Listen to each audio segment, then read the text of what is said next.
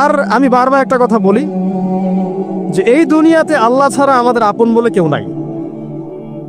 আপনি যাকে আপন মনে করেন না কেন, আমাদের সম্পর্ক আছে বাবার সাথে, মায়ের সাথে, স্ত্রী সন্তানদের সবার সাথে, আমাদের হক আছে, অধিকার আছে, সব ঠিক আছে। বিশ্বাস করেন আল্লাহ ছাড়া আপন বলে আপনার কেউ নাই। এই যে গার্লফ্রেন্ডকে আপন মনে হয়, এরা আপন না। স্ত্রী সন্তানকে খুব আপন মনে হয়, আপনার মৃত্যুর পর 40 দিন সময় লাগবে না সব ভুলে যেতে।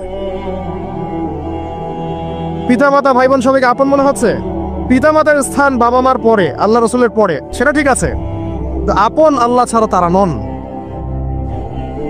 আপনি তাদের মনোপুতভাবে নিজে প্রতিষ্ঠিত হতে পারবেন না, তারা আপনাকে চিনবে না। সারাটা জীবন তোর পিছনে এত টাকা ঢাললাম, কি করলি? কিছু করতে পারলি না।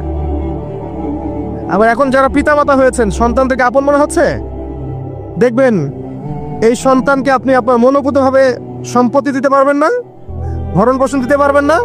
এই সন্তান বড় হয়ে আপনাকে বৃদ্ধাশ্রমে পাঠিয়ে দিতে পারে, নাউজুবিল্লাহ। অথবা আপনার সাথে এই সন্তানই খারাপ ব্যবহার করবে। আপন মনে হচ্ছে? আল্লাহ ছাড়া কেউ আপন না। আল্লাহ ছাড়া আপন কেউ না। আর আল্লাহ ছাড়া সত্যিকার অর্থে আপনাকে আমাকে ভালো কেউ বাসে না। শুধু আল্লাহ আপনাকে ভালোবাসেন। এটা আপনারা হারে হারে উপলব্ধি করবেন যত দিন যাবে ইনশাআল্লাহ। তাই শুধু সেই আল্লাহর জন্যই নিজেকে খালেস করে দেন, আর যার যার হক তাকে তাকে দিয়ে দেন। দুনিয়াতে শান্তিতে থাকার ফিলোসফি বলছি, philosophy of happiness in this হায়াতুদ দুনিয়া, সেটা হচ্ছে যার যার হক তাকে তাকে দিয়ে দেন, নিজের হক আল্লাহর কাছে চেয়ে নেন।